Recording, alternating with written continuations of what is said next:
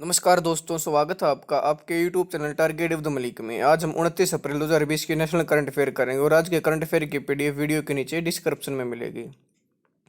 आज का हमारा पहला प्रश्न है, हाल ही में किसने हुडको के नए सीएमडी का पदभार संभाला है? हमारा ऑप्शन है शिवदास मीणा, मल्लिकार्जुन राव, अजय महाजन, विरूपाक्ष मिश्रा। इसका आंसर है शिवदास मीणा ने।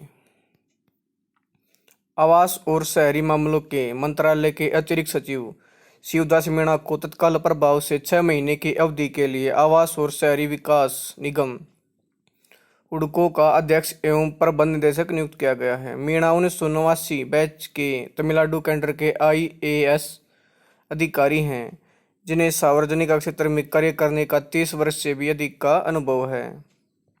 उन्होंने 21 अप्रैल 2020 से CMD हुडको लिमिटेड का कार्यभार संभाल लिया है। हुडको का मुख्यालय है नई दिल्ली में। इसकी स्थापना 1970 में की गई। हमारा अगला प्रश्न है, हाल ही में लिवरपूल के पूर्व खिलाड़ी माइकल रॉबिन्सन का निधन कितने वर्ष की आयु में हो गया है? हमारे ऑप्शन 51 वर्ष, 61 वर्ष, 71 वर्ष, 81 वर्ष। इसका सही आंसर है 61 वर्ष की उम्र में। लिवरपूल के पूर्व स्ट्राइकर माइकल रॉबिन्सन का निधन हाल ही में 61 वर्ष की आयु में हो गया है। उनका जन्म 12 जुलाई 1958 को इंग्लैंड के लिसेस्टर में हुआ था। उन्होंने इंग्लैंड में 5 क्लबों के लिए लगभग 300 से अधिक आधारिक मैच खेले, जिनमें लिवरपूल भी शामिल है।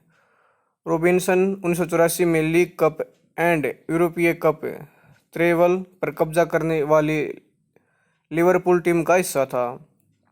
वह 1989 में सेवानिवृत्त होने के बाद स्पेन में बस गए थे, जहां उन्हें नागरिकता पुरस्कार से सम्मानित किया गया और एक लंबा मीडिया करियर बिताया था। उन्होंने दिसंबर 2017 में FC बार्सिलोना द्वारा स्पोर्ट्स जर्नलिज्म के लिए 13 इंटरनेशनल बेज मोटलवेन पुरस्कार से सम्मानित किया गया था। हमारा अगला प्रश्न है, पद्मश्री पुरस्कार से सम्मानित मशहूर बॉलीवुड अभिनेता इरफान खान का निधन हाल ही में कितने वर्ष की आयु में हो गया है? हमारा ऑप्शन 54 वर्ष, 50 वर्ष, 70 वर्ष में से कोई नहीं। इसका आंसर है 54 वर्ष की उम्र में। पद्मश्री पुरस्कार से सम्मानित बॉलीवुड अभिनेता इरफान खान का निधन हाल ही में 54 वर्ष की आयु में हो गया है। साल 2018 में न्यूरोएंडोक्राइन कैंसर का पता चलने के बाद उनके स्वास्थ्य में लगातार गिरावट आ रही थी। उन्होंने अपने लगभग 3 दशक से अधिक लंबे करियर में 50 से अधिक भारतीय फिल्मों और कई अंतर्राष्ट्रीय फिल्मों में अभिनय किया था। इरफान खान को साल 2011 में कला और सिनेमा में दिए उनके उत्कृष्ट योगदान के लिए भारत सरकार द्वारा पद्मश्री पुरस्कार से सम्मानित किया गया था। अभिनेता इरफान खान का जन्म 7 जनवरी 1966 को जयपुर में हुआ था। उनका मूल नाम शाहबाज़ादे इरफान अली खान था। उन्होंने नेशनल स्कूल ऑफ ड्रामा से पढ़ाई की थी। अपने अभिनय करियर के शुरुआती दिनों में उन्होंने विभिन्न टीवी शो जैसे सड़क, भारत एक खोज, बनेगी अपना घर, चंद्रकांता जैसे कई धारावाहिक में अभिनय किया था। उन्होंने फिल्म करियर की शुरुआत 1988 में सलाम बॉम्बे से की थी तथा इसके बाद उन्होंने कई लोकप्रिय फिल्मों जैसे हासिल, मकबूल, लाइफ इन ए मेट्रो, पान सिंह तोमर, पीकू, मदारी और हिंदी मीडियम में अहम भूमिका निभाई थी। उनकी अंतर्राष्ट्रीय फिल्मों में the namesake, the Darjeeling limited, small dog, millionaire, life of pi, Jurassic world और द अमेजिंग स्पाइडरमैन जैसी प्रसिद्ध फिल्में भी की थी। और अगला प्रश्न है, हाल ही में किस राज्य सरकार ने जगन्ना विदा दिवेना योजना की शुरुआत की है? हमारे ऑप्शन है आंध्र प्रदेश, मध्य प्रदेश, उत्तर प्रदेश, हिमाचल प्रदेश। इसका आंसर है आंध्र प्रदेश ने। आंध्र प्रदेश के मुख्यमंत्री YS जगनमोहन रेड्डी ने राज्य में जगन्ना विदा दिवेना योजना का शुभारंभ किया है। इस योजना के तहत आगामी शैक्षणिक सत्र 2020-2021 में शुल्क प्रतिपूर्ति महाविद्यालयों के खातों के बजाय विद्यार्थियों के अभिभावकों के खातों में डाली जाएगी। राज्य सरकार ITI, BTech, B pharma, MBA, MCA और B.Ed पाठ्यक्रम के लिए शुल्क प्रतिपूर्ति प्रदान करेगी। जगन्ना विदा दिवेना योजना के माध्यम से योग्य उम्मीदवारों को 15,000 रुपये से 20,000 रुपये की राशि दी जाएगी। इस योजना के अंतर्गत कुल 4,000 करोड़ रुपये की राशि जारी की गई है। जिसमें पिछली सरकार के कार्यकाल के दौरान लंबित 1880 करोड़ रुपए की राशि भी शामिल है। आंध्र प्रदेश के राज्यपाल हैं विश्वभूषण हरिचंदन। इसके मुख्यमंत्री हैं वाई एस जगनमोहन रेड्डी। हमारा अगला प्रश्न, हाल ही में एनटीपीसी ने किस राज्य में हाइड्रोजन कार और बस लाने के लिए परियोजना शुरू की है? हमारा ऑप्शन ले, नई दिल्ली, दोनों में से कोई नहीं। इसका आंसर है दोनों में, ले और नई दिल्ली में। भारत के सबसे बड़े बिजली उत्पादक national thermal power corporation NTPC limited ने ले और दिल्ली में 10 हाइड्रोजन सेल और सेल आधारित इलेक्ट्रिक बसें और कार की बराबर संख्या प्रदान करने के लिए ग्लोबल एक्सप्रेशन ऑफ इंटरेस्ट की घोषणा की है। ये ईओल एनटीपीसी की पूर्णतः स्वामित्व वाली सहायक कंपनी एनटीपीसी विद्युत व्यापार निगम लिमिटेड द्वारा जारी किया गया। इस पहल की शुरुआत नवीन और नवीकरणीय ऊर्जा मंत्रालय के सहयोग से की गई है। इस पहल का उद्देश्य हाइड्रोजन चालित वाहनों को डिकार्बोनाइजिंग गुणवत्ताजन कमी लॉन्च करना है। विभिन्न शहरों में लगभग 90 सार्वजनिक चार्जिंग स्टेशन और फरीदाबाद में ई3 व्हीलर्स के लिए बैटरी चार्जिंग और स्वैपिंग स्टेशन पहले ही चालू किए जा चुके हैं।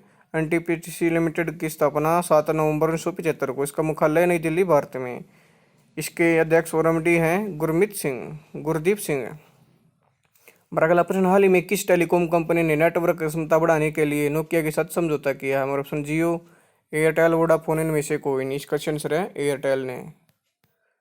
नोकिया और भारतीय एयरटेल की नेटवर्क क्षमता को बढ़ाने के लिए लगभग $1 बिलियन के समझौते पर हस्ताक्षर किए हैं। दोनों कंपनियों द्वारा भारत में 9 सर्किलों में नोकिया के SRAN सॉल्यूशन को स्थापित करने के लिए बहुवर्षीय समझौते पर हस्ताक्षर किए गए हैं। इस $1 बिलियन के सौदे का उद्देश्य भारतीय एयरटेल के ग्राहकों के अनुभव को बेहतर करने के लिए उन्हें श्रेणी की सबसे उच्चतम कनेक्टिविटी प्रदान करना है। इस बहुवर्षीय समझौते के अंतर्गत नोकिया 2022 तक कई स्पेक्ट्रम बैंड्स में लगभग 3 लाख रेडियो इकाइयाँ स्थापित करेगी, जिनमें 2022 तक 900 मेगाहर्ट्ज, 2100 मेगाहर्ट्ज और 2300 मेगाहर्ट्ज शामिल हैं। इसके जरिए एयरटेल को सबसे अच्छा प्लेटफॉर्म प्रदान करेगी, जबकि 5G नेटवर्क पूरे भारत में लॉन्च किया जाएगा। भारतीय एयरटेल के एमडी और सीईओ हैं Gopal Vitthal.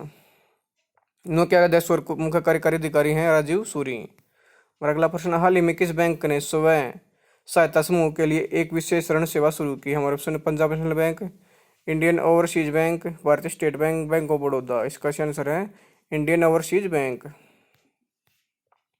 Indian overseas bank द्वारा स्वयं सहायता समूह के लिए एक विशेष ऋण योजना शुरू की गई है। इंडियन ओवरसीज बैंक ने कोविड-19 द्वारा उत्पन्न कठिनाइयों का समाधान करने के लिए स्वयं सहायता समूह की सहायता के लिए यह पहल शुरू की है। स्वयं सहायता समूह का प्रत्येक सदस्य अधिकतम 5,000 रुपये का ऋण राशि का लाभ उठा सकता है, जबकि एक समूह के लिए यह सीमा 1 लाख रुपये है। इंडियन ओवरसीज बैंक से न्यूनतम 2 ऋणों लेकर इसका अच्छा ट्रैक रिकॉर्ड रखने वाले एक स्वयं सहायता समूह इस ऋण सुविधा के लिए पात्र होंगे। साथ ही केवल वे स्वयं सहायता समूह ही इस विशेष योजना का लाभ उठा पाएंगे जिनका मौजूदा ऋण मानक और 1 मार्च 2020 तक का है। इस विशेष ऋण योजना का लाभ इच्छुक आधारकर्ताओं द्वारा केवल 30 जून 2020 तक लिया जा सकता है, जिसके लिए वे सीधे शाखाओं या व्यावसायिक प्रतिनिधि के माध्यम से आवेदन कर सकते हैं। बैंक की योजना के अंतर्गत 6 कार्य दिवसों के भीतर ऋणों की मंजूरी और संवितरण करेगा, जिसमें किसी भी प्रकार की प्रोसेसिंग शुल्क या परिभुगतान शुल्क नहीं लिया जाएगा। इंडियन ओवरसीज बैंक के प्रबंधन निदेशक और मुख्य कार्यकारी हैं कर्णम शेखर। हमारा अगला प्रश्न, हाल ही में Indian rating and research agency ने भारत में जीडीपी घटाकर कितने % कर दी? हमारे 2.5%, 1.9%, 1.5%, 1%। इसका आंसर है 1.9%। Credit rating agency India ratings and research ने अपनी ताज़ा रिपोर्ट में वित्तीय वर्ष 2021 के लिए भारत के सकल घरेलू उत्पाद ग्रोथ को घटाकर 1.9% कर दिया है। इससे पहले रेटिंग एजेंसी ने मार्च 2020 में वित्तीय वर्ष 2021 की जीडीपी ग्रोथ 3.6% रहने का अनुमान लगाया था। हाल में भारत के लिए जारी किया गया आंकड़ा पिछले 29 वर्षों में सबसे कम है। क्रेडिट रेटिंग एजेंसी द्वारा जीडीपी ग्रोथ में कटौती कोविड-19 महामारी के कारण मई 2020 तक भारत में जारी लॉकडाउन को बताया गया है। हमारा अगला प्रश्न, हाल ही में अंतर्राष्ट्रीय नृत्य दिवस कब बनाया गया है? हमारे ऑप्शन 26 अप्रैल, 27 अप्रैल, 28 अप्रैल, 29 अप्रैल। इसका आंसर है 29 अप्रैल को। प्रत्येक वर्ष विश्व स्तर पर 29 अप्रैल को इंटरनेशनल डांस डे यानी अंतर्राष्ट्रीय नृत्य दिवस बनाया जाता है। इस दिन की शुरुआत यूनेस्को की कला प्रदर्शन के प्रमुख भागीदार अंतर्राष्ट्रीय रंगमंच संस्थान की नृत्य समिति द्वारा की गई है। यह दिवस हर साल 29 अप्रैल आधुनिक बैले के जनक कहे जाने वाले जीन जॉर्ज नोवेरे की जयंती के याद में मनाया जाता है। इस अवसर पर हर साल एक उत्कृष्ट कोरियोग्राफर या डांसर द्वारा एक संदेश दुनिया भर में प्रसारित किया जाता है। अंतर्राष्ट्रीय रंगमंच संस्थान की स्थापना 1948 में, इसका मुख्यालय पेरिस, फ्रांस में। हमारा अगला प्रश्न, हाल ही में trends in world military expenditure 2019 report के अनुसार वर्ष 2019 में सबसे ज्यादा वैश्विक सैन्य खर्च करने वाला देश कौन सा है? हमारा ऑप्शन भारत, ईरान, अमेरिका, रूस। इसका आंसर है अमेरिका और भारत इसमें तीसरे स्थान पर है।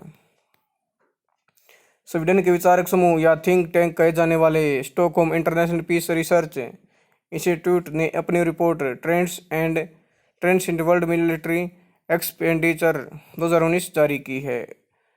SIPRI द्वारा जारी इस रिपोर्ट 2019 में वैश्विक सैन्य खर्च का ब्यौरा दिया गया है। रिपोर्ट में बताया गया कि 2019 में वैश्विक सैन्य खर्च वैश्विक सकल घरेलू उत्पाद का 2.2% हिस्सा है, जो 2010 की तुलना में बहुत अधिक है। साल 2019 में कुल वैश्विक सैन्य खर्च बढ़कर $1917 बिलियन हो गया था, जिसमें 2018 के मुकाबले 3.6% की बढ़ोतरी हुई थी। वर्ष 2019 में सबसे ज़्यादा खर्च करने वाले देश, पहले स्थान पर है अमेरिका, 732 मिलियन खर्च किए इसने। दूसरे नंबर पर है चीन, जिसने 261 बिलियन खर्च किए हैं। तीसरे स्थान पर है भारत, जिसने 71.1 बिलियन खर्च किए हैं।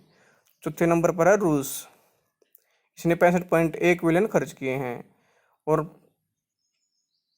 पांचवें स्थान पर है सऊदी अरब, जिसने 61.9 बिलियन खर्च किए हैं।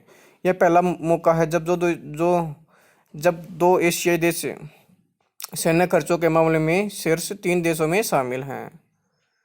हमारा अगला, भारत ने 2019 में रक्षा पर 71.1 बिलियन का खर्च किया, जो कि उसके सकल घरेलू उत्पाद GDP का 2.4% हिस्सा है, जिसके कारण वह 2018 के चौथे स्थान से 2019 में तीसरे स्थान पर पहुंच गया है। हमारा अगला प्रश्न है, हाल ही में अमेरिकी राष्ट्रपति डोनाल्ड ट्रंप ने किसको आर्थिक सहयोग और विकास संगठन में अमेरिका का अगला दूत नियुक्त किया है? हमारा ऑप्शन मनीषा सिंह, पाल त्रिपाठी, मोहन सिंह, इनमें से कोई नहीं। इसका आंसर है मनीषा सिंह को।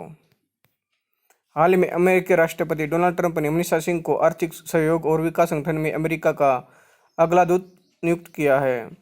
यह वरिष्ठ भारतीय अमेरिकी राजनयिक है तथा वर्तमान में विदेश विभाग में सहायक मंत्री है। वह अभी आर्थिक और व्यापारिक मामले देखती है। आर्थिक सहयोग और विकास संगठन का मुख्यालय है फ्रांस के पेरिस में।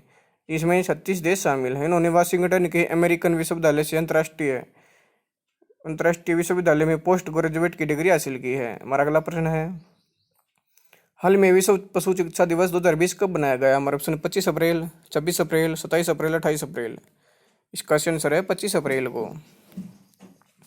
विश्व पशु चिकित्सा दिवस इस वर्ष 25 अप्रैल को मनाया गया है। हर साल अप्रैल के अंतिम शनिवार को यह दिवस मनाया जाता है। विश्व पशु चिकित्सा दिवस 2020 का विषय पर्यावरण संरक्षण में सुधार, पशु और मानव स्वास्थ्य के लिए है। WVA को विश्व पशु चिकित्सा संघ द्वारा शुरू किया गया है। पशु स्वास्थ्य के प्रति पशु चिकित्सकों द्वारा किए गए योगदान का सम्मान करने के लिए दिन बनाया जाता है। हमारा अगला प्रश्न है, हाल ही में किस राज्य सरकार ने पत्रकारों को 50 लाख रुपए का बीमा कवर देने की घोषणा की? हमारे ऑप्शन है असम, अरुणाचल प्रदेश, उत्तर प्रदेश, इनमें से कोई नहीं। इसका आंसर है असम ने। असम के मुख्यमंत्री सर्बानंद सोनोवाल ने कोरोना वायरस महामारी को कवर कर रहे पत्रकारों को 50 लाख रुपए का जीवन बीमा करने की घोषणा की है। उन्होंने कहा कि सभी दिक्कतों के बावजूद अपनी जिंदगी को दांव पर लगाकर कोरोना वायरस महामारी को कवर कर रहे पत्रकार असली हीरो हैं। असम में कोरोना के 7 एक्टिव केस हैं। स्वास्थ्य मंत्रालय द्वारा जारी आंकड़ों के अनुसार भारत में कोरोना वायरस से अब तक 934 लोगों की मौत हो गई है और यह आंकड़ा 28 अप्रैल तक है।